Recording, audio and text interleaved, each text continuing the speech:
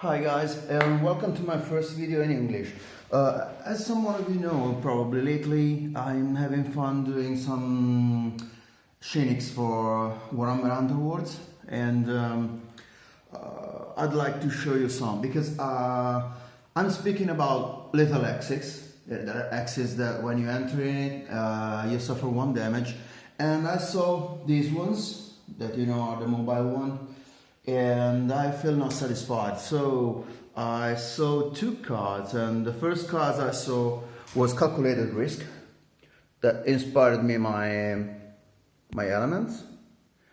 So Calculated Risk, I think that even if you don't see it, you know it if you play Warhammer Underwords, is an objective that probably everyone has in his decks right now. So the next one is the next card that inspired me was Enchanted Graves. As you can see, also Enchanted Graves has this one, and Calculated Risk has spikes on his image. So I wondered that in Shakespeare there are a lot of spikes around, so I made some spiky elements that I let you know. I let you see now. These ones, okay, that you can put into the little Hexes to simulate your tabletop games better.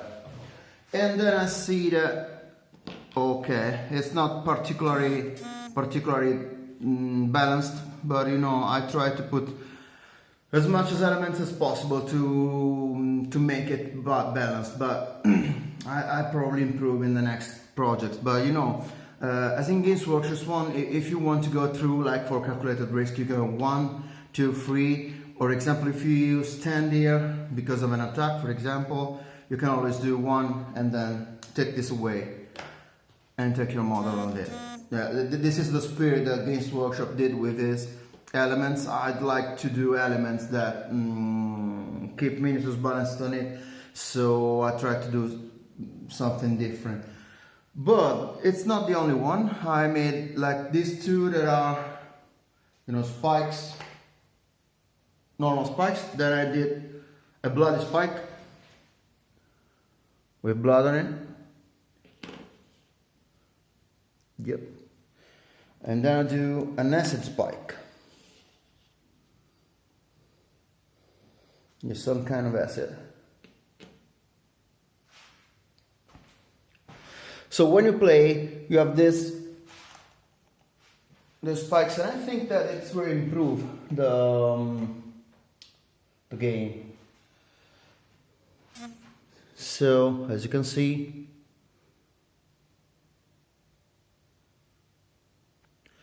if you see from a game perspective, you have lots of benefits from this 3D representation. You can find everything in my page in Wi-Fi Studio that you can find attached to my YouTube channel. And now I feel inspired by another card, so I'm going to tell you what I'm going to do in the next project, and I'm going to tell you now. But before I can show you, sorry, my soul legs. The soul legs are probably unmovable, so you can put it here.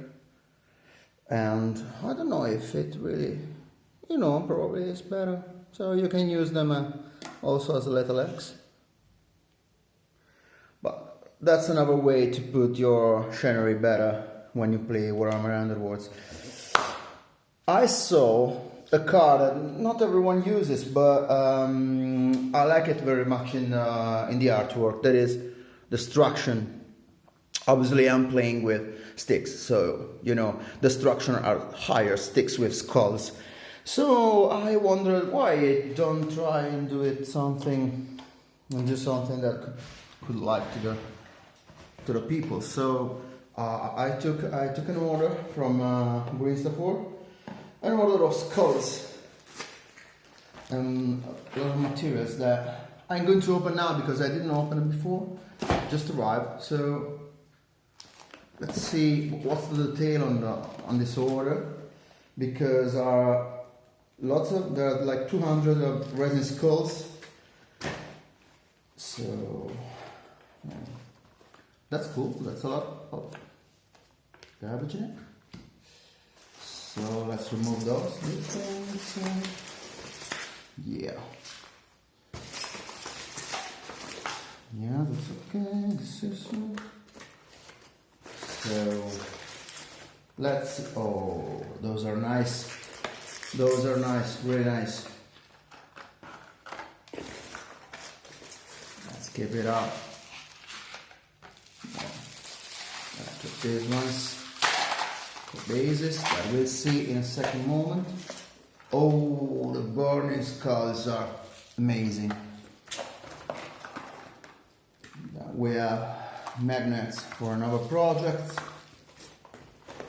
We have plastiline to use, you know, and orc skulls. Oh, that's really amazing. Yeah, and then a surprise I show you after. Okay, so let's see these ones, but I can tell you from now that they're really amazing. So, as you can see, skulls.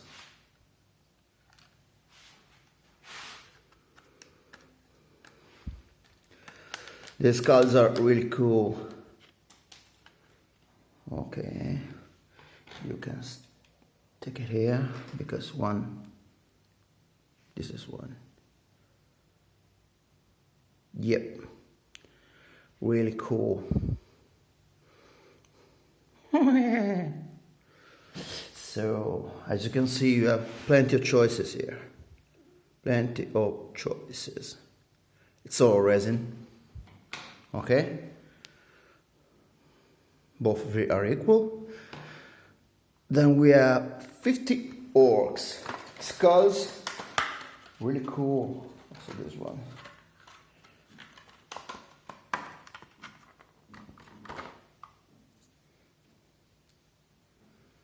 Yeah. Fantastic. Yep. Yeah. Sticks. Then we have the burning skulls that are really amazing.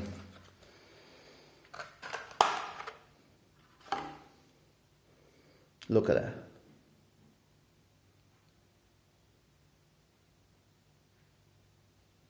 Amazing.